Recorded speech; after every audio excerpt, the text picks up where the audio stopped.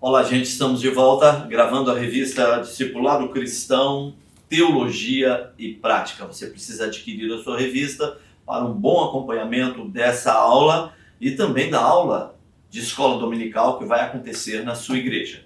Hoje nós vamos apresentar a lição de número 4, que tem como título As Marcas do Discípulo de Cristo. Texto bíblico básico, você pode ler em casa, João capítulo 17, versículos 7 ao 17. E o texto áureo está em Gálatas 6 e 17, que nos diz assim: Desde agora ninguém me inquiete, porque trago no meu corpo as marcas do Senhor Jesus. Que palavra linda de Paulo, que declaração. Ele estava falando com os Gálatas. Os Gálatas eram pessoas com grandes dificuldades em entender o núcleo da mensagem do Evangelho, que é a justificação pela fé. Paulo pregou para eles o Evangelho, se ausentou e daqui a pouco eles voltam à prática da lei. Isso é chamado galacianismo. Eles voltaram à prática da lei, voltaram a enfatizar as questões ligadas à circuncisão. Então Paulo diz essa palavra aos Gálatas. Isso significa que eles tinham, de uma maneira muito clara, as marcas da lei de Moisés, as marcas da circuncisão. Diferente de Paulo, que, conforme essa palavra afirma, eu, porém, trago as marcas de Cristo. Não me molestem, não me inquietem, porque eu trago comigo as marcas de Cristo. O verdadeiro discípulo traz consigo as marcas de Cristo. Qualquer atividade na vida desenvolvida por alguém, essa pessoa terá que ter as marcas características do desempenho daquela função. Por exemplo, o médico, o professor, o advogado, o jardineiro, o construtor.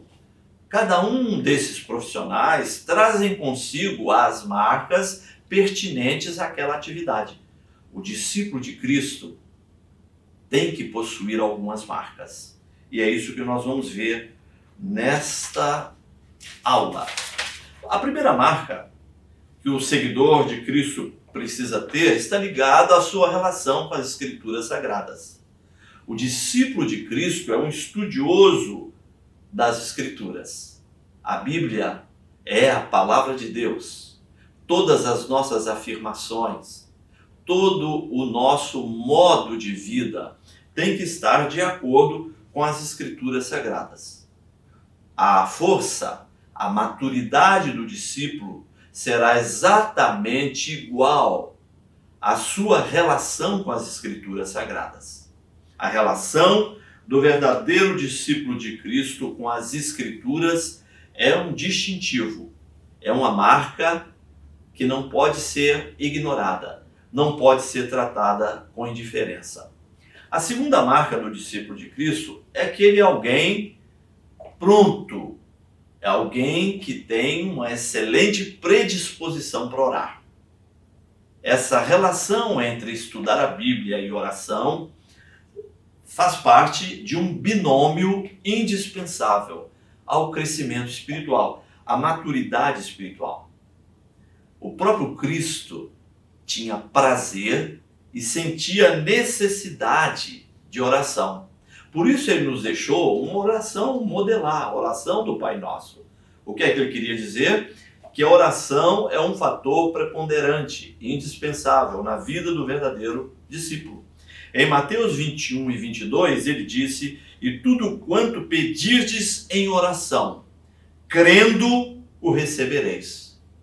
Tudo que pedirmos em oração, crendo, receberemos. A terceira marca do discípulo está relacionada à sua consagração pessoal por intermédio do jejum.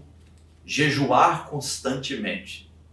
Por intermédio do jejum, mortificamos a nossa carne e nos aproximamos da comunhão.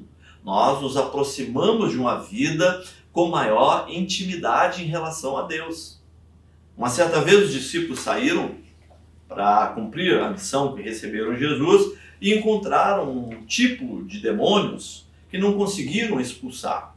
E eles voltaram e disseram a Jesus a respeito dessa limitação deles. Então Jesus disse que existem castas de demônios que só podem ser expelidos por intermédio da oração e do jejum. Discípulo de Cristo traz consigo também marcas relacionadas à grande comissão. Por exemplo, o verdadeiro discípulo, ele é uma pessoa determinada para a compreensão e obediência das Escrituras Sagradas. A compreensão da mensagem de Cristo é de suma importância. No entanto, não basta compreender as Escrituras Sagradas. Ele tem que ser uma pessoa determinada à obediência. Essas duas coisas em conjunto. A compreensão e a obediência aos mandamentos do Senhor. O verdadeiro discípulo possui amor altruísta. O que impeliu Deus a enviar o seu Filho para morrer por nós foi o seu amor incondicional. E o que nos deve impelir a fazer a vontade de Deus e a nos dedicarmos à evangelização e ao discipulado deve ser também o amor. Em 1 João 14,19, a Bíblia diz: nós amamos porque Ele nos amou primeiro. O amor figura como ponto central na relação entre Deus e nós e deve figurar na relação entre nós e o nosso próximo. Em Romanos 8,37, a Bíblia diz: em todas essas coisas somos mais do que vencedores por aquele que nos amou. Ele nos amou primeiro. João 15,9. Como o Pai me amou, eu também vos amei. Permanecei no meu amor. Esta é uma marca importantíssima do discípulo de Cristo. Por último, o discípulo de Cristo tem que ser alguém cheio do Espírito Santo. À medida que ele estuda as Escrituras, leva uma vida de oração, se consagra por intermédio do jejum, alimenta o seu coração, enche o seu coração de amor, ele precisa também dar importância à terceira pessoa da Trindade e ser cheio do Espírito Santo. Paulo disse isso em Efésios 5,18. Não vos embriagueis com vinho, onde há dissolução e contenda, mas enchei-vos do Espírito Santo. Enchei-vos do Espírito Santo. Existem algumas marcas relacionadas ao mestre que o discípulo precisa ter. E nós temos aqui, por exemplo, a humildade. Jesus foi o exemplo de humildade. A obediência. Jesus foi o exemplo de obediência. Em terceiro, a importância do perdão. Discípulo de Cristo é uma pessoa humilde, é uma pessoa obediente, é uma pessoa predisposta a perdoar, a deixar e livre abrir as portas para aquele que tem ocupado a nossa mente, o nosso coração porque nos ofendeu ou nos fez algum mal. Pelo perdão, nós abrimos essa porta e deixamos esse ofensor ir embora e ao mesmo tempo nos permitimos ficar livres de todo sentimento mau, de toda mágoa, de todo ressentimento. Estamos chegando ao final da nossa aula. Que Deus te abençoe.